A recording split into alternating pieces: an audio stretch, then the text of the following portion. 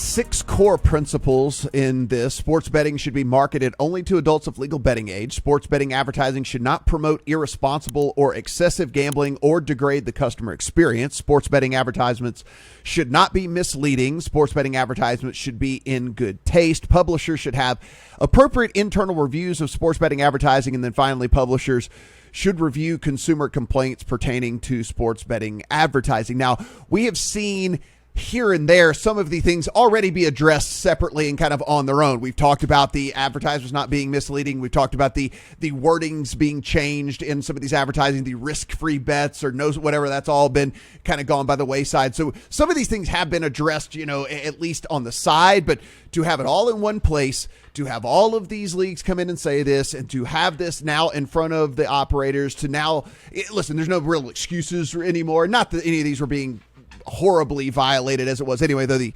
irresponsible gambling stuff we've already hit on the Barstool stuff several times, so no need to beat a dead horse there. But you go on and the can't lose parlays and things like that. It's kind of irresponsible and also misleading a little bit with all of that. But again, I'm very happy that the leagues themselves decided to get together and then get in front of something here that I don't really feel has been that big of a problem so far. But again, it's a slippery slope, and now we have at least something in place. Optics are as important as reality in this whole thing, right? So the fact that something is being done that looks good on paper is a good step by itself.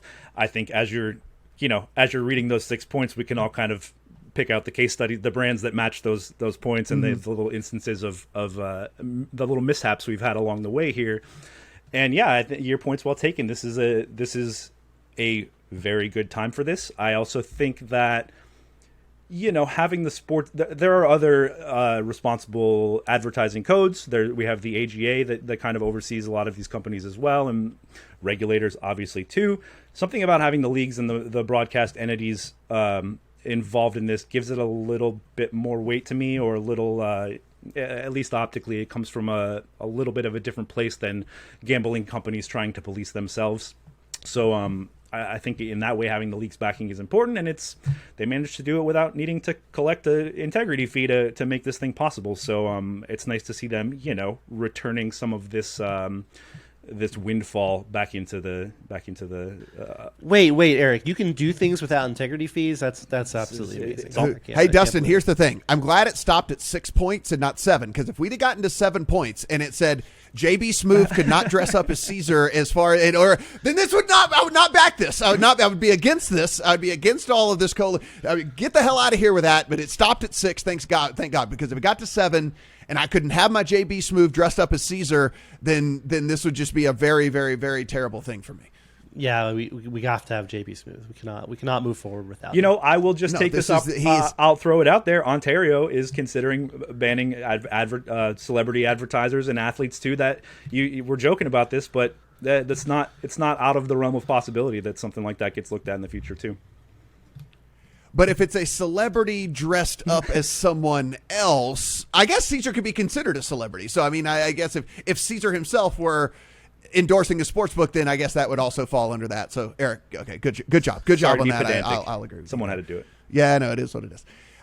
So Dustin, look, for what, 3 years now we've been talking about, like, basically since PointsBet was a thing, we've been wondering whether they were going to sell or not, or who would be interested in them and what would be going on. And now we finally get to a point where it looks like that might be at least in the works here, at least on the state side of things. Yeah, I'll toss it to Eric because it's supposed to be Eric's. Got a big E. Oh, there's an Eric next to this one. Eric, I'll tell you about it. The PointsBet, yes, the PointsBet sale, and again, this is something where we look at this, and I'm not necessarily sure this is going to be one of the players, that I think most people outside of the industry would just point to and say, like, oh yeah, well, it'll probably be this person or whatever, because so much crossover between PointsBet's clientele and all the clientele that, the major guys have. It's probably got to be somebody from the outside, right? Yeah, what there's really not a ton of actual news here. What this is a report from that PointsBet is working with an investment bank in Australia, considering actually selling its U.S. assets. Again, this is something we've kind of suspected might be coming for a long time, but it looks like sort of maybe there's some forward steps going on here. we have to think about sort of the assets that PointsBet had and has, and they're not insignificant. They obviously have their own tech, which is and something unique. They have a product that's differentiated in the market. They have market access to 14 states. There aren't a whole lot of brands in the country that can boast something like that.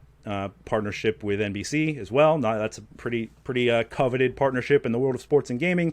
So, a lot going for them. That being said, they have not really leveraged that into anything productive in the U.S. market so far. We don't gather that they have a large database of customers. And have honestly been scaling back on some of their partnerships. So it's a little there's no answers here. I think we're all kind of wondering who might be interested in what parts of this business and sort of what might be valuable to who out of this deal. But at least it looks like maybe there's some interest, some people kicking the tires maybe of PointsBet. Yeah, because Dustin, we look at this and it's like, okay, you would be acquiring them pretty much for the tech, which we've mentioned several different times. Like the app works pretty great, right? I mean, like the app is good. I think that the app is, I've used every single app on the planet, right? And I would certainly, if I was making the short list, PointsBet would be up there. I don't know if you're acquiring them necessarily for the customer base that's already there, because again, it's not going to be DraftKings, it's not going to be FanDuel, it's not going to be MGM, it's not going to be Caesar. Like none of these companies are going to be acquiring PointsBet, right? I mean, they all have their own tech. They already have massive databases as it is anyway. So PointsBet doesn't bring a whole lot to the table for any of these other than just eliminating a competitor, which the price tag that's going to be attached isn't going to be worth it. So, I mean, in your opinion, is this like now, are we looking at, because look, we've seen these private equity firms come in and buy distressed casinos and do different things like that. I mean, are we getting to a point now where maybe it's not even a gaming company per se that comes in and looks at a PointsBet and says like, oh, okay, that's who we're going to acquire. Maybe it's somebody else who just kind of wants to get into the space.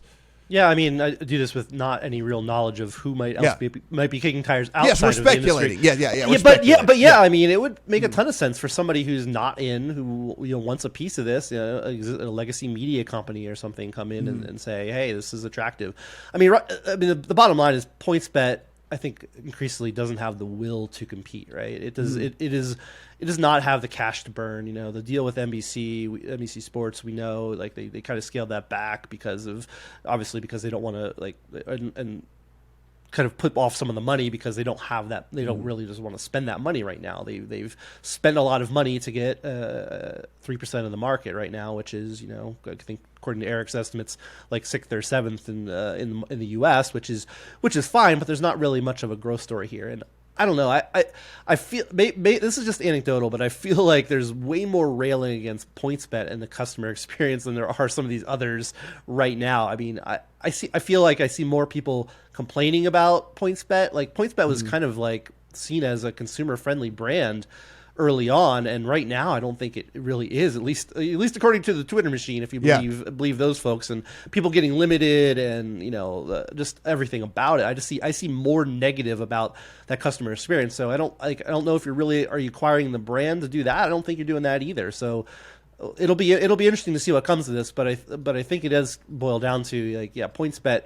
We've always thought PointsBet was an exit, right? That they were probably not going to be one of the winners, but they are attractive as an M&A, and an exit would always be probably the best answer for them long term. Eric, yeah, I mean, I follow the same people Dustin does. Certainly, it seems as though we know they've been cost cutting. We know they've been trying to pull back on things.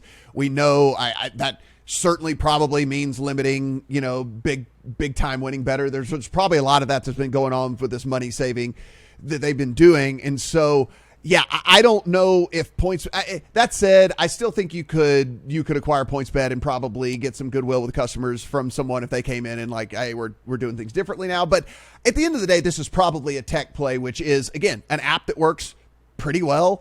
A big market, certainly big, definitely one of the bigger menus out there as far as everything goes. So, I mean, this is probably just going to be a tech play for someone. I think so. And, Bally's is another name that's been tossed out there in the rumor mill. It makes some sense in a lot of ways for Bally's. They already have a relationship on the casino side. There's the RSN situation with Bally's and PointsBet as well. I will just throw out the fact that I think market access is being a little undervalued in this equation. It depends on the price tag. All of what we're talking about depends on what PointsBet wants for their business. But They have access to New York. There are only 9 companies with access to New York. And like I said, they have 14 states. If you're looking for a turnkey operation, that's certainly valuable. But if you're just looking for a big footprint and you already have your own tech, that's valuable to me too, particularly in New York, particularly for companies that are interested in iGaming in the future. There's just that I don't want to just dismiss their market access as maybe their most valuable asset in my eyes.